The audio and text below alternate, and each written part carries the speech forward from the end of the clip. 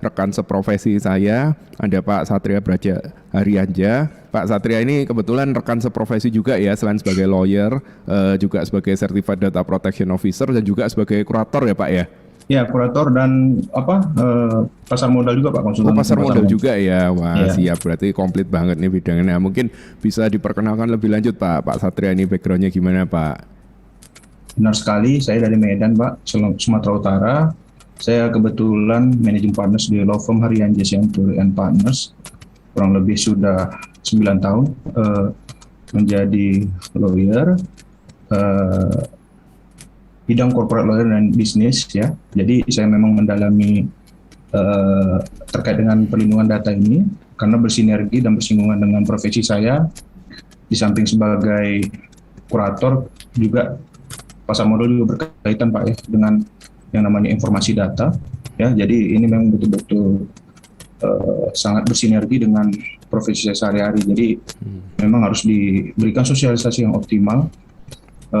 Bukan hanya kepada user saja ataupun para pemilik data juga, tapi juga terhadap aparatur negaranya juga harus kita berikan sosialisasi yang optimal lah, agar mereka bisa memahami sebenarnya basic untuk perlindungan itu seperti apa, bentuk yang paling logik diterapkan dalam aplikasi di lapangan. Begitu Pak. Mungkin dari Pak Satria mau dijelasin sedikit Pak, gimana sih data pribadi ini, apa aja yang termasuk data pribadi Pak mungkin di Indonesia? Baik, terima kasih Pak Michael. Sebenarnya secara garis besar yang disampaikan oleh Pak Michael tadi ada kurang sempurnaan sedikit menurut kami ya, bahwa tidak cukup hanya seorang saja. Namun kita juga harus memikirkan yang namanya badan hukum atau badan usaha lain yang memiliki afiliasi terkait dengan data. Jadi memang definisi itu memang perlu diperlebar lagi ya. Tidak cukup hanya ke perseorangan tapi juga ke badan hukum atau badan usaha lain yang bersinggungan dengan data. Jadi menurut hemat kami bahwa yang namanya data ini merupakan zaman sekarang yang memiliki nilai keekonomian yang sangat tinggi Pak. Karena saya beberapa kali sudah mengikuti diskusi dengan beberapa teman bahwa sepakat siapapun yang memiliki bank data dia akan menguasai dunia, dan saya itu akan sepakat sekali Pak. Makanya Amerika pada umumnya kita bisa menjadikan acuan apakah memang kita siap untuk menghadapi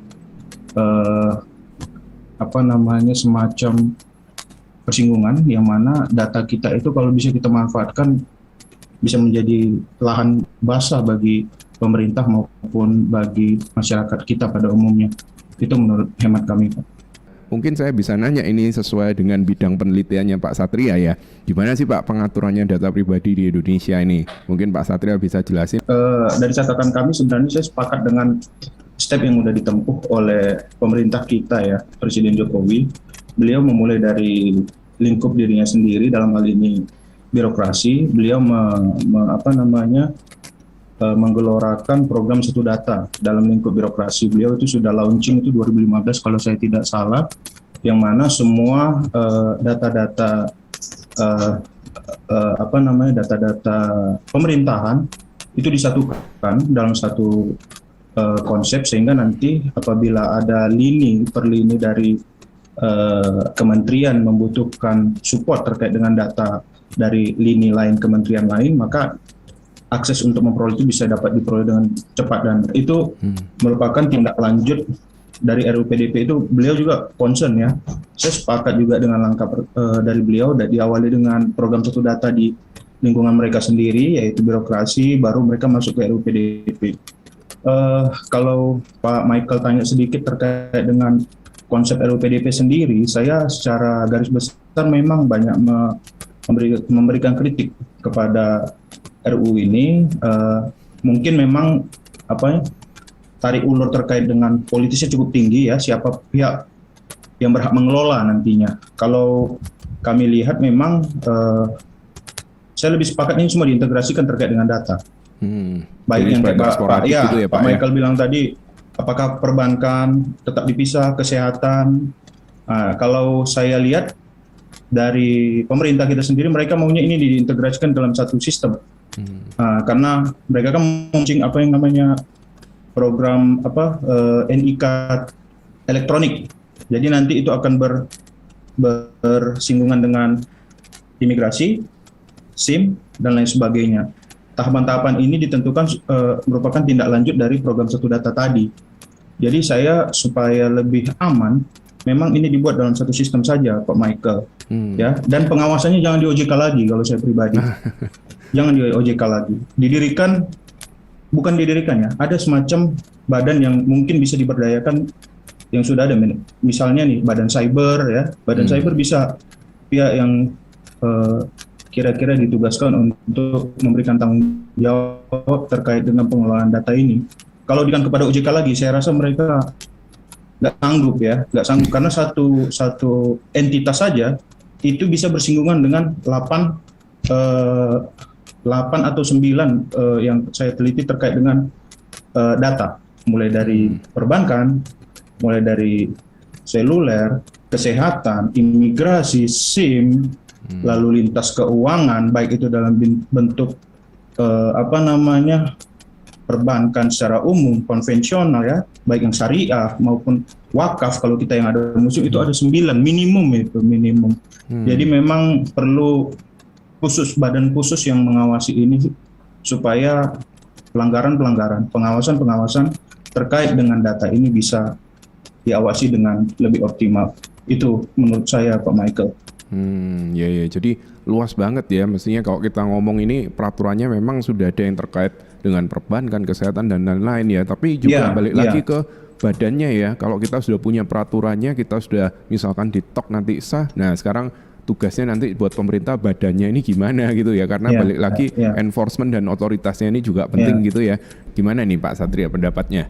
Kalau dari praktek mungkin kurang lebih kan tadi kita sudah belajar dari Bu Catherine dan Pak Diki ya. Nah kalau dari Pak Satria mungkin bisa di-sharing dikit mungkin pengalaman klien-kliennya atau mungkin pernah melakukan suatu enforcement di sini, gimana Pak? Ya baik, saya sepakat sekali Pak Michael. Saya bicara dari law enforcement-nya aja, nggak masuk ke ranah tataran teknologi ya. Saya betul-betul buta itu Pak, terkait dengan teknologi fintech ini ya. Mungkin kalau boleh saya tambahin sedikit, kita kalau ngomong data pribadi ini, apalagi dulu saya waktu ikut join, mungkin ini Pak Satria juga sama, kita kan sebagai lawyer ya. Waktu kita ikut pelatihan tentang pelindungan data pribadi, dikira loh kamu ngambil bidang IT juga sekarang loh. Bukan ini bukan kita pelajari sistemnya ya. Jadi bukan kita mempelajari kayak semacam firewall segala macam gitu ya. Tapi kita belajar lebih ke compliance-nya gitu kan ya Pak Satria ya. Jadi ketika saya melakukan penelitian ke OJK sendiri, OJK itu menganggap data ini apabila dalam lingkup perlindungan hukumnya itu ada di tataran delik aduan, Pak Michael. Jadi ketika kami melakukan penelitian ke OJK tahun 2019 ke 2020, 2 bulan sebelum pandemi diumumkan sebagai wabah pandemi dunia ya, itu bulan 1 saya ingat betul. Saya lihat data di sana, masyarakat dan badan usaha yang melaporkan terkait dengan pelanggaran data ini hampir tidak ada. Hampir tidak ada. Kenapa? Mereka menganggap ini hanya ajang ya, mungkin mereka menilai ini nilai ekonominya belum ada. Jadi lebih besar kerugian apabila melaporkan, tidak mau repot mungkin ya, daripada keuntungan yang diterima. Nah itu yang data yang kami peroleh dari OJK pada saat kami melakukan penelitian 2019-2020. Ini tentu kan berkaitan dengan regulasi dan regulator. Nah, apabila kita berangkat dari regulasi, maka seandainya PDP ini nanti terbit, tolong ini ditempatkan bukan pada ranah delik aduan, tapi ini adalah delik umum yang mana tujuannya supaya bisa mengcover apabila nanti aparatur-aparatur yang berkaitan dengan proses penegakan hukum ini bisa bertindak terlebih dahulu tanpa adanya aduan dari korban. Ini harus bisa menjadi catatan kita. Yang pertama. Yang kedua, itu tadi berikan mandat kepada badan tersendiri, jangan lagi digabung dengan OJK, supaya proses pengawasan bisa lebih optimal. Itu yang kedua. Yang ketiga, ini bagaimana dengan proses pemberian efek jera, baik kepada pengelola, baik kepada pengguna, baik kepada pihak penyedia. Nah, ini adalah 3 aspek yang tentunya harus memiliki sinkronisasi dan kerjasama yang erat antar satu dengan yang lain. Contoh yang saya sudah sampaikan sebelumnya, kita pergi ke kafe tersebut menyediakan fasilitas wifi gratis. Nah, ketika kita meminta username dan password dari wifi tersebut, maka kita akan masuk ke domain wifi tersebut. Ketika kita masuk ke sana, maka seharusnya penyedia wifi itu harus bertanggung jawab akan keamanan akses yang mereka berikan kepada pengguna. Tidak cukup hanya penyediaan jasanya saja. Mereka tidak boleh lepas tangan. Jadi apabila nanti terjadi pembobolan, misalnya Bu Catherine masuk melakukan audit, di mana sebenarnya data ini bisa diperoleh atau dibobol, dan ketemulah di kafe tadi, maka harus ada dilakukan penindakan terhadap pihak penyedia. Jadi tidak cukup hanya kepada awareness kepada pihak pengguna. Jadi pihak penyedia juga harus betul-betul diberikan pemahaman bahwasanya mereka tidak cukup hanya menyediakan saja. Setelah menyediakan, kalian harus bisa memastikan bahwa ini memang betul-betul safe, betul-betul aman digunakan oleh tamu-tamu kafe tersebut. Nah, jadi yang keempat, apabila ini sudah dilakukan dan ada unsur kesengajaan memang untuk membobol, maka baru masuk ranah efek jerahnya. Apakah kalau dalam RUU PDP, mungkin Pak Michael sudah tahu, Bu Catherine dan Pak Diki, ini kan hanya denda ya. Saya kemarin sudah mengusulkan ini untuk dipidana, ya, dipidana. Ya, kenapa? Karena memang kita sekarang kan statistik penduduk kita ada di 320 juta, ya, 320 juta. Kalau kita masuk lebih dalam lagi, kalau ini 320 juta ini dipergunakan dengan optimal, tentunya seperti yang dikatakan Bu Catherine tadi, ada pemetaan terkait dengan demografi, kebutuhan terkait dengan pangan, kebutuhan terkait dengan sandang, kebutuhan terkait dengan papan, ini bisa dipetakan dengan mudah. Ya, ini berkaitan dengan keamanan negara juga. Makanya saya sangat setuju apabila ada badan sendiri yang diberikan mandat untuk mengelola ini. Saya cocoknya ke badan cyber ya, supaya cyber ya. Ya, pemerintah itu bisa satu melakukan penghematan ya, tidak memerlukan badan baru, tidak mengeluarkan dana baru terkait dengan nomenklatur badan baru, sehingga semua dapat berjalan dengan efektif dan efisien. Kira-kira begitu Pak Michael. Oke, jadi balik lagi, walaupun sudah ada aturannya, sudah ada awareness, tapi kalau tanpa badan dan tanpa efek jera atau konsekuensi yang konkret gitu juga susah ya nanti penerapannya gitu ya, mungkin ya Pak Satria ya. Oke, nah ini mungkin tadi kita kan sudah belajar dari kacamata pelaku bisnis ya. Sekarang saya mau nanya ke Pak Satria, sebagai data subject misalnya, kalau ada klien datang ke Pak Satria karena merasa dirugikan dengan adanya kebocoran data, sekarang upaya hukumnya apa ini Pak Satria, supaya kita bisa merecover kerugian kita ini? Pertama sebelum saya menjawab upaya hukum ya Pak, saya ingin menambahkan sedikit mungkin yang disampaikan Pak Diki, bahwa memang ini kesulitannya kalau dari bahasa hukum mungkin Pak Diki mungkin belum paham terkait dengan kelalaiankah, apakah ini disengaja, mungkin terkait dengan data breach tadi. Ini sebenarnya kuncinya Pak, saran saya sih di penentuan standar ya material, kapan sebenarnya itu dikategorikan sebagai kelalaian, kapan itu dikategorikan sebagai kesengajaan. Sebenarnya ini masalah kemauan. Kalau seandainya kita mau duduk bareng, kita bedah ini, pasti jalan keluarnya akan dapat. Ya, sedangkan Facebook saja bisa menghimpun data sampai puluhan miliar, tapi bisa tercover dengan baik. Walaupun mungkin kita kemarin baru dapat info mereka kebocoran juga ya, tapi let's say kita bisa menentukan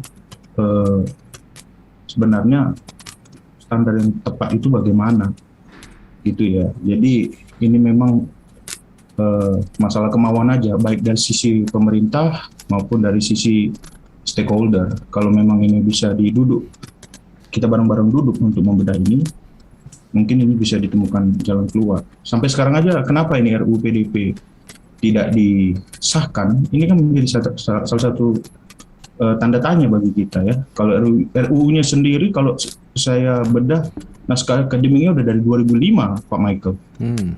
Naskah akademik PDP ini 2005, kita nggak kalah dengan negara lain, dan kita lebih duluan dari Thailand dan Malaysia sebenarnya. Tapi kenapa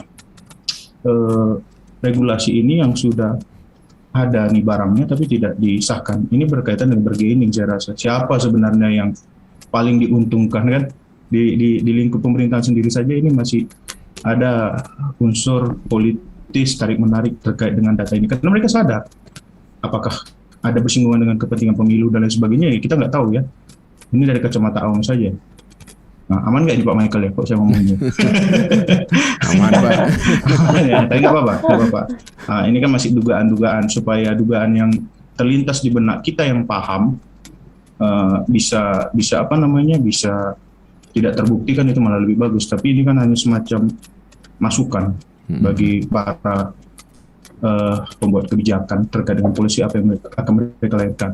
Terkait dengan upaya hukum, pertanyaan yang disampaikan oleh Pak Michael tadi. Jadi kalau sudah terjadi ya, kita dari konsumen misalkan sebagai suatu member dari suatu website, nah, gimana ini Pak? Saya karena concern ke perbankan Pak ya, terkait dengan penelitian saya sendiri sudah pernah mengalami ya. Pertama terkait dengan terbitnya kartu kredit di mana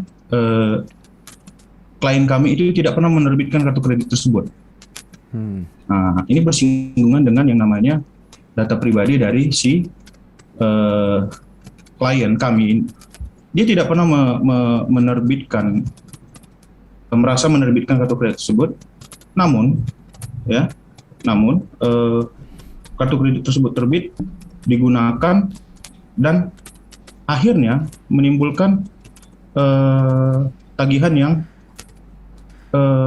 tidak dapat tagihan tersebut ditunggak, sehingga pihak debt collector mendatangi klien kami yang tiba-tiba terkejut kan, loh kok bisa, saya tidak pernah membuat kartu kredit, loh ini kan nama bapak, ini alamat bapak, dan lain sebagainya. Akhirnya itu sampai puluhan juta itu kemarin tagihan kita, itu banknya cukup ternama, kita lakukan gugatan. Maksudnya kami tidak pernah melakukan itu. Baru yang kedua, supaya dilakukan upaya pembersihan histori. Dulu masih BI checking ya, itu tahun 2008 kalau saya tidak salah, udah lama memang. Akhirnya apa, kita upayakan banding juga, sampai banding pun kita kalah Pak. Asumsi dari pihak pengadilan mengatakan bahwasannya itu bukan domain mereka untuk membuktikan itu gitu loh. Sepanjang itu sudah digunakan berdasarkan cover nama saudara, maka itu tanggung jawab saudara kan. Itu merupakan hal yang sangat mengerikan gitu kalau dialami oleh korban-korban lain. Ya kan, bisa saja besok-besok ada orang yang mengklaim Bu Catherine membuat kartu kredit di salah satu bank A yang sekarang kita tahu ya, 60 detik saja kartu kredit sudah bisa kelar loh. Hanya berdasarkan bermodalkan KTP. Saya sudah mencoba itu. 60 detik keluar itu kartu kredit dan langsung bisa diaktifasi. Nah, tentu ini merupakan suatu hal yang harus kita bisa jadikan pelajaran atau kita berdayakan untuk menjadi masukan bagi para pembuat kebijakan. Ini mau dibawa kemana ini, ya? Apalagi sekarang ada lagi BPJS kan, jual beli tanah pun harus pakai BPJS. Betul. Nah, ini harus, berarti kan fungsi kartu BPJS itu kan harus bertambah gitu. Jadi harus keamanannya pun harus lebih ditingkatkan lagi. Padahal beberapa waktu yang lalu BPJS juga kebobolan kan begitu. Jadi saya rasa upaya hukumnya sendiri pun memang karena tidak ada ketegasan ya. Kalau dari dalam perbankan memang ada kerahasiaan bank. Yang namanya kerahasiaan bank itu kembali lagi, definisi kerahasiaan bank itu kan masih karet, Pak Michael, masih karet. Kapan dikategorikan rahasia, kapan dikategorikan tidak. Polisi saja pun tidak berani meminta data kepada perbankan untuk dipergunakan dalam proses penyidikan. Nggak berani mereka. Harus minta, kata pihak perbankan, penetapan dari pengadilan. Sudah diminta pengadilan, tunggu dulu, kami pelajari lagi. Nah, itu dalam lingkup perbankan. Dalam lingkup OJK sendiri, undang-undang sudah memenuhi, misalnya dalam ranah kepailitan ya Pak Michael ya. Itu saya beberapa kali bertindak sebagai pengurus dan kurator. OJK sendiri, padahal kita situ sebagai pejabat negara untuk melaksanakan proses pengurusan dan pemberesan terhadap harta pilot. Ketika kita meminta informasi ini asetnya di mana, dia berhutang sama siapa saja, OJK tidak mau menerbitkan. Kenapa? Padahal kita wakil negara di situ. Alasan OJK itu adalah minta persetujuan dari pihak debitur. Padahal undang-undang sudah mengatur secara rigid. Memang ada betulnya juga yang dibilang Pak Diki tadi. Ini merupakan satu ranah grey ya, abu-abu ya Pak Diki ya. Memang ini saya pun ya jangan sampai frustrasi lah Pak. Kalau enggak saya cari makan di mana lagi kalau saya frustrasi dengan hukum gitu ya. Tapi ini potret memang Pak. Ini kalau bicara upaya hukum, aplikasi, pengalaman ya ini yang kita hadapi sehari-hari. Jadi upaya hukumnya memang harus kita bareng-bareng kita viralkan ini ya supaya bisa menjadi mungkin kalau saya sering dengar dari klien-klien juga dari teman-teman kalau sekarang jalur hukum mungkin kurang efektif bisa kita pakai jalur netizen gitu ya Pak. Iya, polisi adalah viral ya Pak ya. Betul ya. Iya, itu pengalaman kami Pak Michael kalau ditanya ke saya pribadi. Nah, kalau dari Pak Satria gimana nih Pak? Oke, baik, makasih kesempatannya Pak Michael. Saya ambil pertama dari konsumen dulu, pengguna ya. Kalau Anda tidak siap untuk bersinggungan dengan yang namanya data pribadi itu, maka jangan meletakkan data pribadi Anda di device sembarangan. Ya, misalnya di handphone, yang mana handphone ini Anda pergunakan juga untuk jaringan media sosial lain seperti WhatsApp, Facebook, Instagram, dan lain sebagainya. Ini jangan dibuat dalam satu device yang sama dengan perbankan atau yang sensitif lainnya. Gunakan device yang lain atau handphone yang lain supaya meminimalisir kemungkinan terjadinya data breach tadi atau bobolnya data saudara.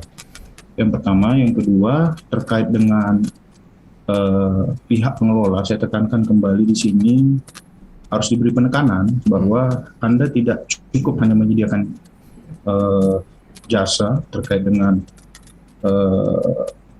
hal-hal yang bersinggungan dengan aspek digital. Anda juga harus wajib memberikan semacam kenyamanan juga kepada pihak pengguna agar pengguna datanya bisa aman ya, tidak bocor, tidak gampang bocor, tidak gampang dibobol oleh pihak-pihak tertentu. Itu yang kedua. Yang ketiga, kepada pemerintah saya minta sebelum data RUU PDP ini disahkan, ajak para stakeholder untuk berdeliberasi kembali supaya kira-kira bisa menyempurnakan daftar isian masalah terkait dengan pasal demi pasal dari RUU ini yang perlu disempurnakan.